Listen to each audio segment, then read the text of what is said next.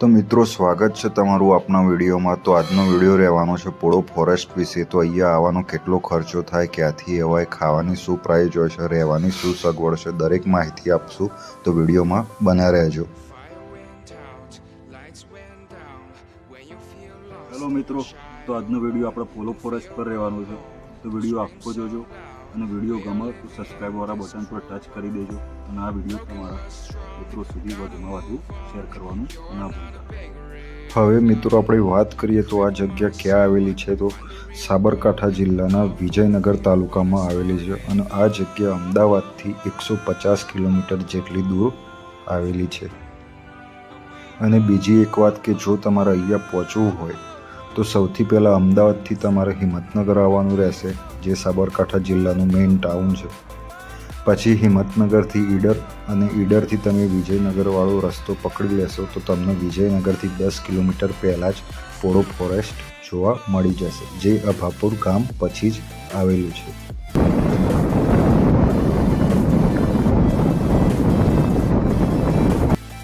તો હવે વાત કરીએ અહીંયા જોવાલાયક જગ્યાઓની। તો જે પોળો ફોરેસ્ટ છે એ તો જોવાલાયક છે જ, પણ અન્ય જગ્યાઓની વાત કરીએ તો સૌથી પહેલાં અહીંયા આપણને જે જોવા મળે છે એ વણજ ડેમ અહીંયાની ખાસ વિશેષતા છે।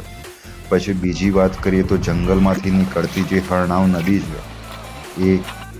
પછી વાત કરીએ તો જે માઉન્ટેન ઉપરનું સનસેટ પોઈન્ટ છે એ પણ ખાસ જોવાલાયક છે। પછી સારણેશ્વર મહાદેવનું મંદિર, પછી અહીંયા બીજા જે જૈન મંદિર આવેલા છે જેનું લાખાના ડેરા તરીકે ઓળખવામાં આવે છે એ પણ ખાસ જોવાલાયક છે।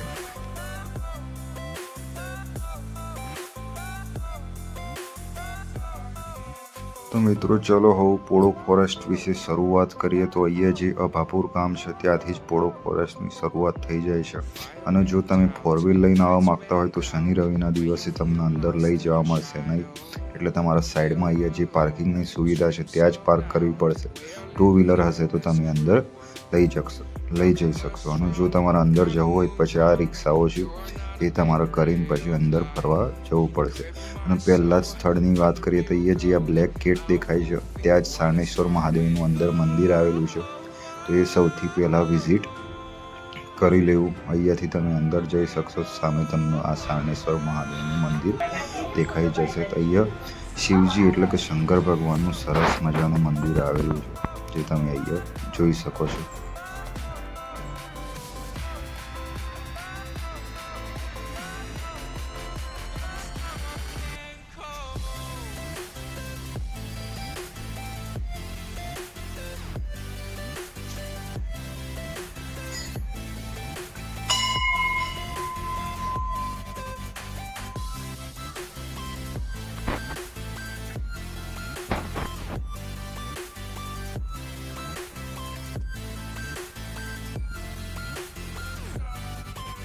મંદિરની વાત કરીએ તો બહુ જૂનું અને પૌરાણિક મંદિર છે અને આની વાત કરીએ તો આ મંદિરની જે કોતરણી છે એ ખાસ આ મંદિરની વિશેષતા છે। તો તમે ધ્યાનથી જોશો તો તમને જોવા મળશે કે કેવી અદ્ભુત લોકોએ કોતરણી કરીને આ મંદિર બનાવેલું છે।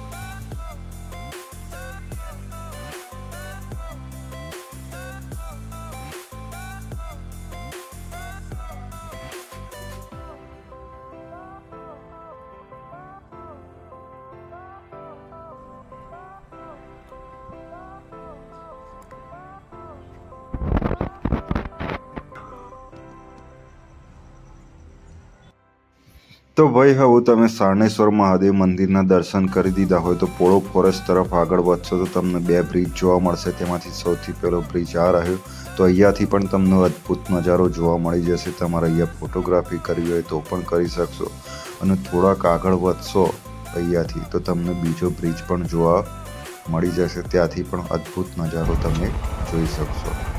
તો મિત્રો અહીંયા પુલ સાઈડથી આ બાજુ આવશો તો અહીંયા પણ સાઈડમાં એક નાનું એવું મંદિર છે, તો ત્યાં જોવાનું ભૂલતા નહીં એકવાર। તો ભાઈ આપણે તો મંદિર તરફ ગયા હતા પણ અહીંયા મંદિરનું રિનોવેશનનું કામ ચાલુ છે એટલે લોક મારેલું છે એટલે અંદર પ્રવેશ કરવા દેતા નથી, પણ જો તમે આવો અને જો કામ પૂરું થઈ ગયું તો એકવાર જરૂરથી આ મંદિરની પણ વિઝિટ કરી લેવી।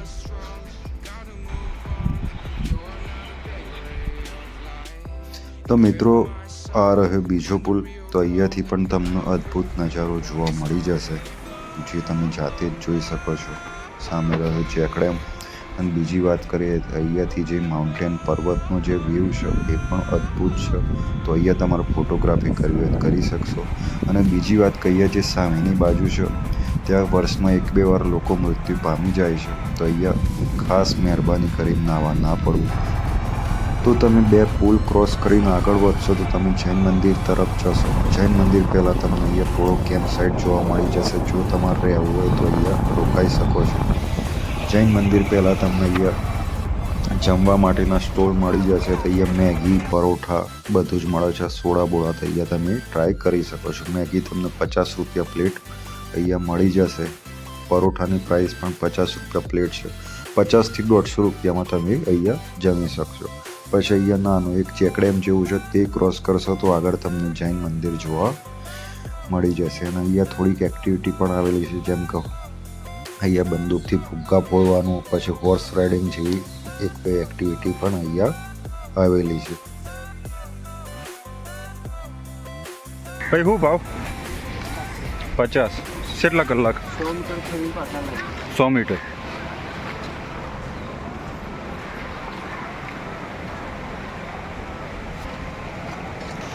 પછી અહીંયા નાનો એવો ચેક ડેમ છે તો તે ક્રોસ કરીને આગળ જશો તો પછી તમને જૈન મંદિર જોવા મળી જશે. અને જો તમારે કોઈ ગાઈડ જોઈતો હોય તો અહીંયા ગાઈડ પણ અવેલેબલ છે, જે તમને જૈન મંદિર બતાવી દેશે, પછી વણજ ડેમ બતાવી દેશે અને ઉપરનો સનસેટ પોઈન્ટ પણ બતાવી દેશે. ટ્રેકિંગમાં ઉપર જવાનું 300 રૂપિયા ફિક્સ. અને વ્યાજબી તમે જે આપો સમજીને તો સમજીને કેટલા લે? તમે આવડે જાઓ ઉપર કેટલા આવશે? 200. બરાબર. તો ભાઈ કોઈને આવવું હોય અહીંયા જોજો પીપળી બધું તો અહીંયા ટ્રેકિંગવાળા ભાઈ હોય છે તો એમને પૂછીને તમે ઉપર જઈ શકો છો. સરસ મજાનો ડુંગર છે. તો મારું નામ પૂછ્યું આ તમારું નામ રણજીત વડેરા, ગામ ધોળી વાવ. રણજીત વડેરા, ગામ ધોળી વાવ. અને તમારું નામ? ચિમનભાઈ. તો મિત્રો અહીંયા પોળો ફોરેસ્ટ ઘણીવાર લોકો ફોરેનથી પણ ફરવા આવતા હોય છે. તો જો તમે અહીંયાથી 200-300 કિલોમીટર હદમાં રહેતા હોય તો એકવાર તમારે પણ જરૂરથી અહીંયા વિઝિટ મારવી જોઈએ. સારું એવું લોકેશન છે, ટુરિસ્ટ પ્લેસ છે, તો ફરવાની તમને પણ મજા આવશે. પછી અહીંયાથી આગળ જશું તો આપણને જૈન મંદિર જોવા મળી જશે, જે અહીંયાથી 100 મીટર જ દૂર છે.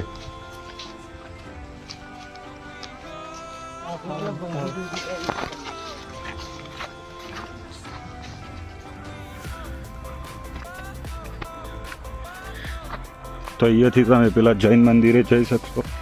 અને આ રોડ બંધ છે? બરાબર. અત્યારે અહીંયા આવી શકતા નથી, મંદિર બંધ રાખ્યું છે, કામ ચાલુ છે એટલે. નહીંતર બતાવતો તમને વિડીયોમાં. સરસ મજાનું મંદિર છે, કંઈ વાંધો નહીં. એ અંદર જ છે, કશું હતું નહીં. અત્યારે બંધ છે એમ.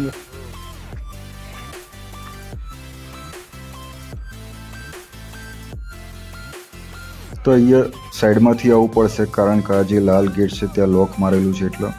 તો પછી અહીંયા આગળ જે આ રોડ છે ત્યાંથી તમે આગળ ટ્રેકિંગ માટે આગળ વધી શકશો. તો અહીંયાથી 100-200 મીટર આગળ જશો તો પછી એક જગ્યા છે, ત્યાંથી તમને માઉન્ટેન પર ચડવા માટેનો રસ્તો મળી જશે. તો તમે ટ્રેકિંગ કરવા આગળ વધી શકશો. વધુમાં વધુ તમારો 600 થી 700 મીટરનું ટ્રેકિંગનું છે. તો આ રહી જે જગ્યા, ત્યાંથી તમે ઉપર ચડશો તો પછી થોડોક આગળ પગદંડી જેવો રસ્તો છે, ત્યાંથી તમે માઉન્ટેન પર ચડી શકશો અને ટ્રેકિંગ કરી શકશો.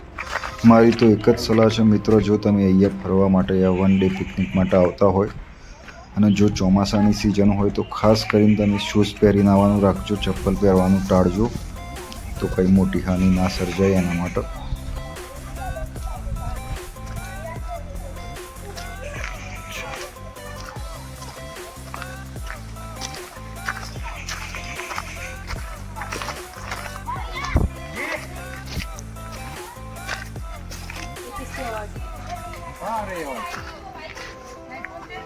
અને જો મિત્રો તમને અહીંયા કંઈ ખબર ના હોય ટ્રેકિંગ માટેની તો અભાપુર ગામના જે લોકો છે ગાઈડ તરીકે નીચે ઊભા જ હોય છે, તો તેમાંથી ગાઈડ લઈ લેજો.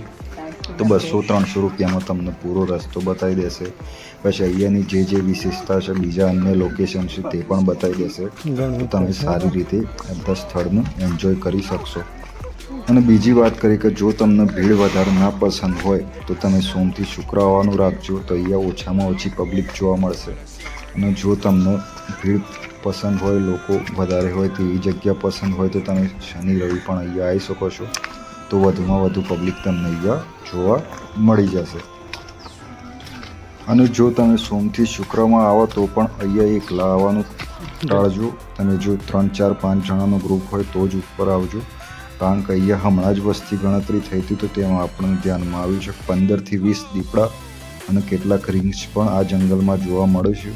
તો મહેરબાની કરીને એકલા આવવાનું ટાળજો. અને જો તમે 4, 5 જણા 6 જણાનું ગ્રુપ હોય તો જ અહીંયા ટ્રેકિંગ કરવા આવજો, તો સલામતી ભરી રહેશે. કારણ કે આ જે જાનવરો છે એમને જે માણસનો એરિયા હોય તેમાં આવવાનું એમને પસંદ હોતું નથી, તો સારું રહેશે તમે ગ્રુપમાં આવો તો. અહીંયા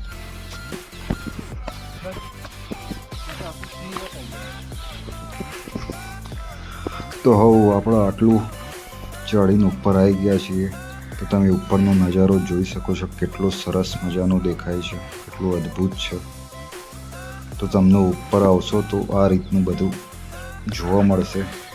ઓકે, અને અહીંયા થોડીક બેઠક વ્યવસ્થા પણ છે, 3-4 બાંખડા છે, પછી આગળ એક સારી એવી જગ્યા છે. અને આ વાત કરીએ તો અહીંયા લોકેશનનું પણ સારું છે, આ સામે જોઈ શકો છો જેની હું વાત કરતો હતો એ. તો ગાઈડ દ્વારા ટ્રેકિંગ માટે તમને અહીંયા સુધી જ લાવવામાં આવશે, આ પર્વત સુધી જ. જો સામેનો પર્વત છે ત્યાં પણ ટ્રેકિંગ પ્રોગ્રામ ગોઠવવામાં આવતા હોય છે, પણ તે NGO દ્વારા જ હોય છે.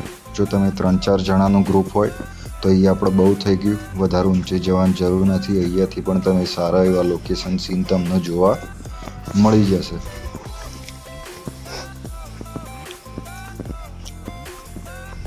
અને પછી તમે થોડાક આગળ વધશો તો તમને સારી એવી બેઠક વ્યવસ્થા પણ જોવા મળી જશે. તો જો તમે થાક્યા હોય તો અહીંયા આરામ માટે બેસી શકો છો. પછી જો તમે સીડી ચડીને ઉપર આવશો તો તમને કંઈક આવું લોકેશન જોવા મળી જશે ઉપરથી પોળો ફોરેસ્ટનું. એકદમ લીલોતરી ભર્યું, હરિયાળી ભર્યું, જોઈ શકો છો તમે જાતે જ.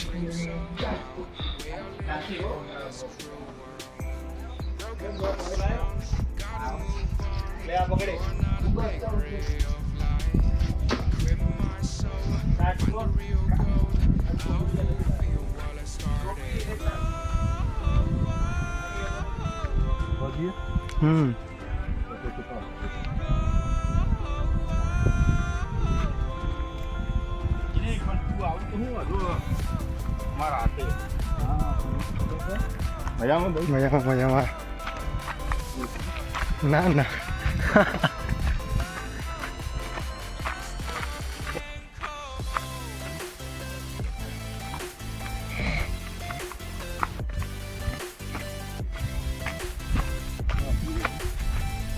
હા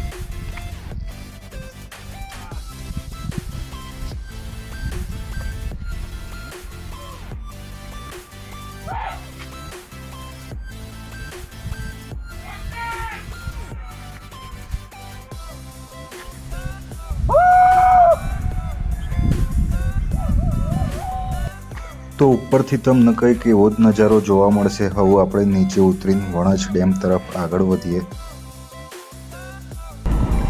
જ્યારે મિત્રો તમે વણજ ડેમ તરફ આગળ વધશો તો વચ્ચે તમને આ દરગાહ પણ જોવા મળી જશે. અને વાત કરીએ વણજ ડેમની, તો એ જૈન મંદિરથી ફક્ત 3 જ કિલોમીટર દૂર છે, તો તમને ત્યાં પહોંચવામાં વધારે વાર પણ નહીં લાગે. તો મિત્રો દરગાહથી થોડાક આગળ આવશો તો તમને વણજ ડેમ તરફ જવાનું બોર્ડ જોવા મળી જશે, તો તમારે તે તરફ આગળ વધવાનું રહેશે. આગળ વધશો તો તમે અહીંયા જોઈ શકશો કે અહીંયા પણ વ્હીકલ અંદર જવા દેતા નથી, તો તમારે બહાર જ પાર્ક કરવું પડશે. અને પછી 300-400 મીટર ચાલીને જશો તો તમને ડેમ જોવા મળી જશે. આગળ આગળ આગળ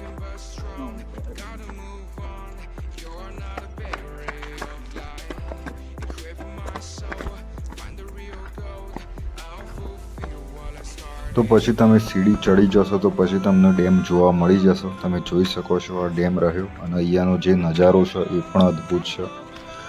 તો તમારે ફોટોગ્રાફી કરવી હોય તો પણ તમે કરી શકશો, ભલે અહીંયા લખેલું છે ફોટોગ્રાફી કરવાની મનાઈ છે. તો જોઈ લો મિત્રો, તમે જાતે જ જોઈ શકો છો કે કેવો નજારો છે અહીંયાનો. ઓકે.